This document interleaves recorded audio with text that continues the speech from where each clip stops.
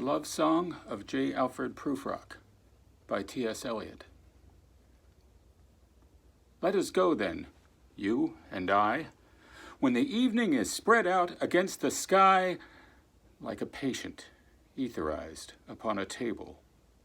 Let us go through certain half-deserted streets, the muttering retreats of restless nights in one-night cheap hotels and sawdust restaurants with oyster shells, streets that follow like a tedious argument of insidious intent to lead you to an overwhelming question. Oh, do not ask, what is it? Let us go and make our visit. In the room the women come and go, talking of Michelangelo.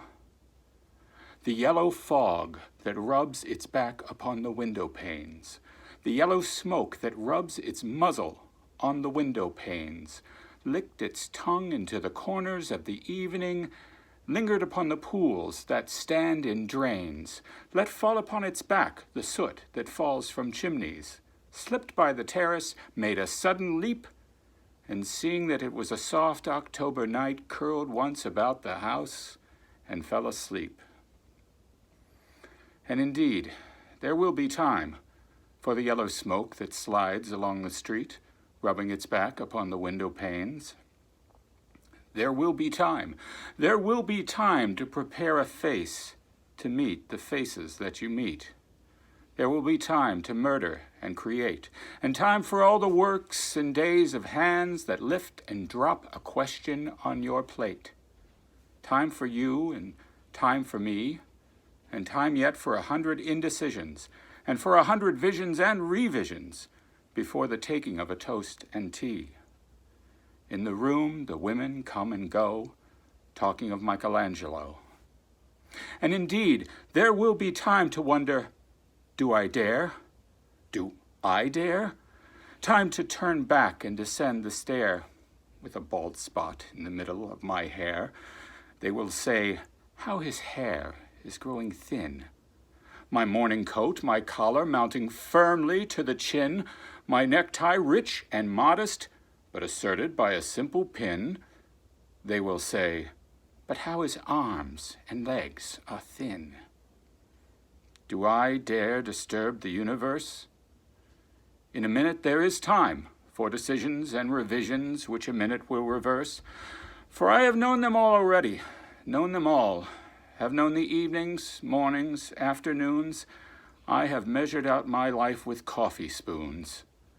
I know the voices dying with a dying fall beneath the music from a farther room. So how should I presume? And I have known the eyes already, known them all, the eyes that fix you in a formulated phrase. And when I am formulated, sprawling on a pin, when I am pinned and wriggling on the wall, then how should I begin to spit out the butt ends of my days and ways? And how should I presume? And I have known the arms already, known them all, arms that are braceleted and white and bare, but in the lamplight downed with light brown hair. Is it perfume from a dress that makes me so digress? Arms that lie along a table or wrap about a shawl. How should I then presume? And how should I begin? Shall I say, I have gone at dusk through narrow streets and watched the smoke that rises from the pipes of lonely men in shirt sleeves leaning out of windows? I should have been a pair of ragged claws scuttling across the floors of silent seas.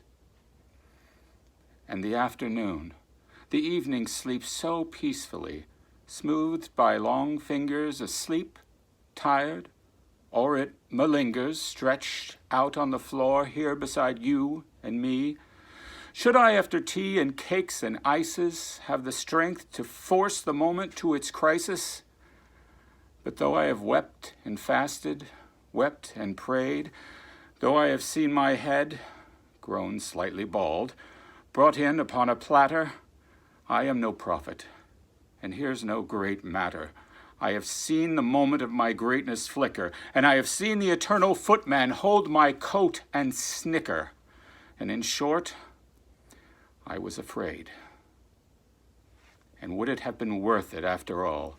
After the cups, the marmalade, the tea, among the porcelain, among some talk of you and me, would it have been worthwhile to have bitten off the matter with a smile, to have squeezed the universe into a ball, to roll it towards some overwhelming question, to say, I am Lazarus, come from the dead, come back to tell you all, I shall tell you all.